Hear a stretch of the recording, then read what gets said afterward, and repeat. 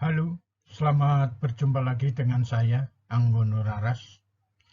Video ini mengambil tema Anies mampu meningkatkan harga diri bangsa. Pemerintah yang sedang berlangsung akan segera berakhir. Warisan utama yang sangat jelas adalah hutang negara yang menggunung. Korupsi merajalela di semua lini, minim penindakan. Harga-harga meningkat, rakyat dibebani pajak yang semakin meningkat. Kemajuan teknologi digunakan untuk adu domba sesama anak bangsa melalui hoax yang disebarkan para buzzer. Media TV bekerja sama untuk tidak memberitakan informasi yang benar secara seimbang. Tentunya ini menjadi catatan pemerintahan berikutnya yang pasti berganti. Selamat menyaksikan. Anies, calon presiden yang diusung Partai Nasdem dan kawan-kawan merupakan mutiara yang terpendam. Ia putra bangsa yang mulai bersinar dengan kompetensi yang dimilikinya secara individual.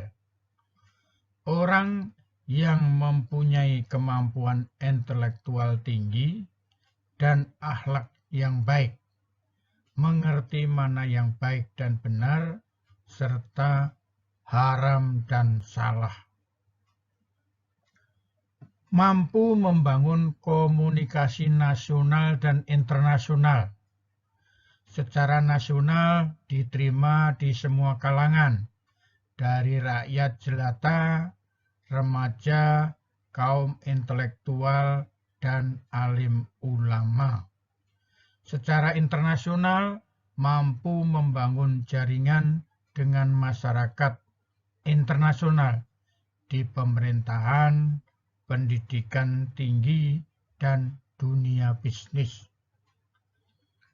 Pengalaman Anies belajar selama 1 tahun saat SMA di Amerika Serikat, 2 tahun saat belajar master, dan 3 tahun pada saat belajar PhD atau S3 di Amerika Serikat, memberikan kemampuan berpikir cepat dan akurat dalam menentukan suatu keputusan. Dia mampu membuat model pemerintahan yang baik dan benar berdasarkan ilmu yang telah dia pelajari, baik itu ilmu ekonomi, keamanan, dan politik.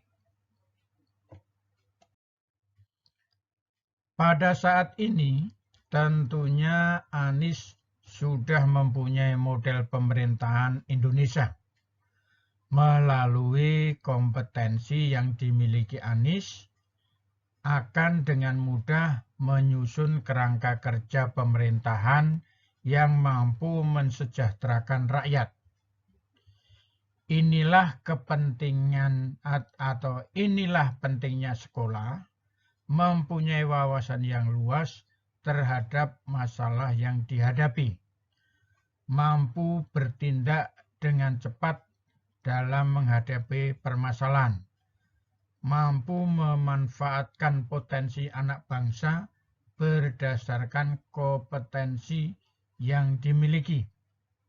Tentunya bukan berdasarkan besarnya sumbangan yang diberikan pada saat mengadakan satu kegiatan atau kampanye.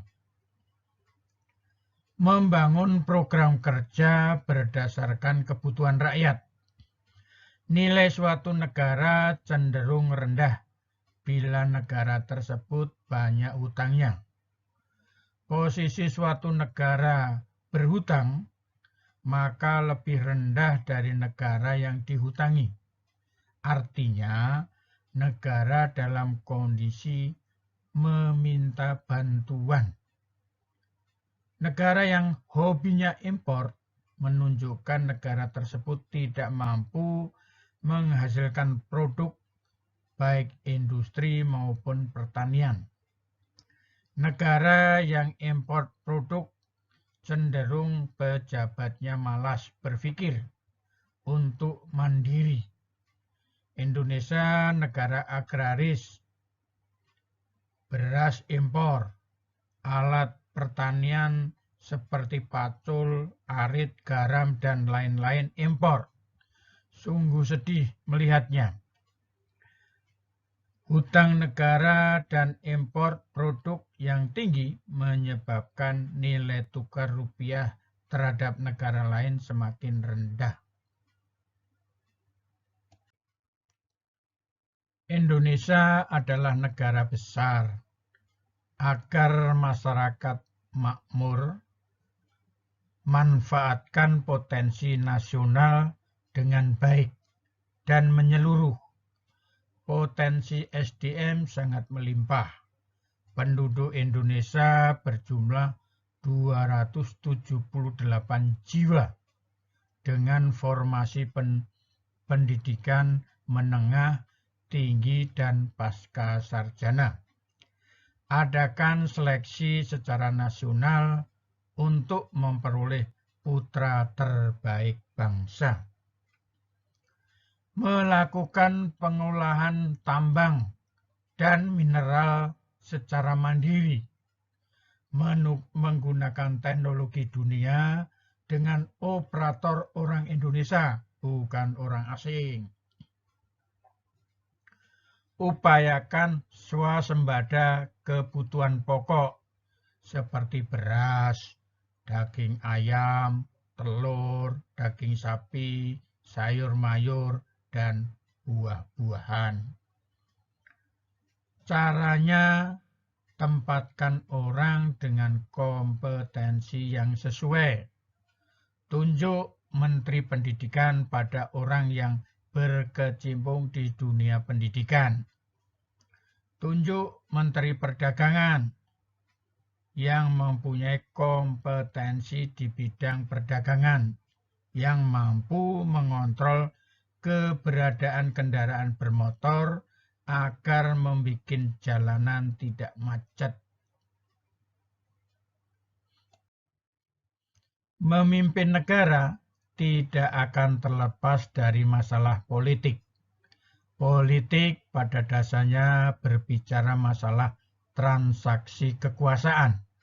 Hal ini benar adanya, tetapi tetap harus dijaga politik yang harus menjaga etika bisnis. Artinya, bila salah ya katakan salah, bila benar katakan benar. Jangan mengatakan benar untuk barang yang salah. Jangan membenarkan karena dibayar. Katakan kebenaran walaupun hal itu pahit. Pengalaman Anies ketika diberhentikan saat menjadi Menteri Pendidikan hanya karena kurang mendukung masalah Kartu Indonesia Pintar miliknya Jokowi. Berikan kail pada orang untuk mancing, jangan berikan ikan. Dengan memiliki pancing, orang dapat memperoleh ikan baik besar atau kecil sesuai umpan dan usahanya. Bila diberi ikan, maka ikan akan dimasak dan habis. Buatlah mobil nasional dari karya anak bangsa. Mosok impor melulu. Perlu digairahkan lagi produksi pesawat terbang. Bisa digunakan sebagai home base. Tempat produksi bandara ini adalah Bandara Kertajati. Agar bandara ini bermanfaat karena sudah mengeluarkan banyak uang.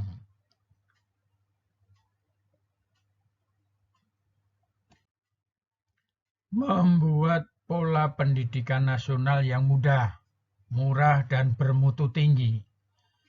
Bekali lulusan pada suatu jenjang menengah, tinggi, dan pasca sarjana dengan kompetensi yang dapat mereka gunakan sebagai kemampuan untuk bersaing di lapangan kerja.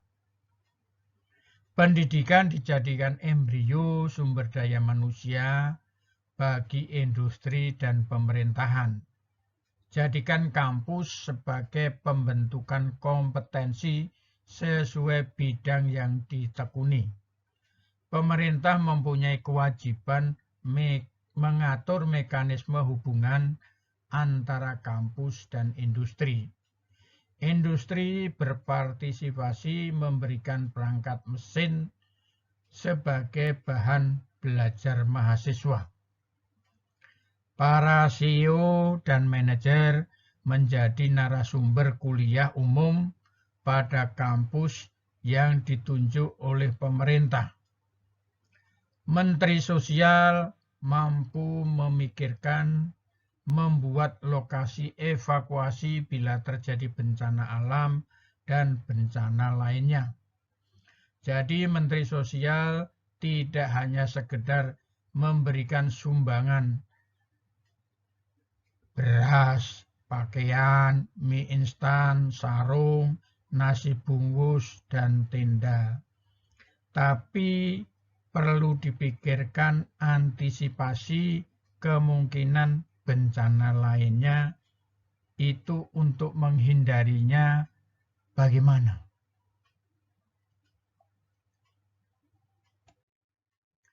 Pemerintah memberikan contoh yang baik.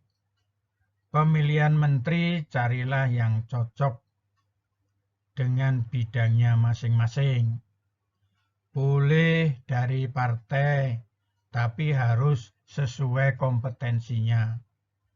Jangan membuat jabatan yang mengada-ada untuk menempatkan orang yang membantu pada saat kampanye. Jangan membuat kelompok eksklusif dalam organisasi kementerian.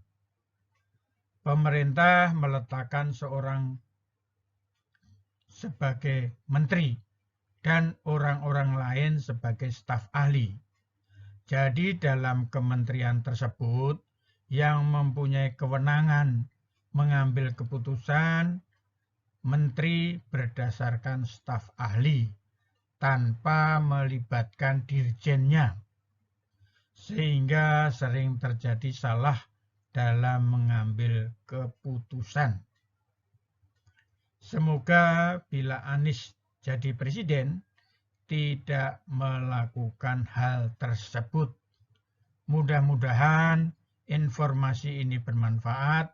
Jangan lupa subscribe, share, dan terima kasih.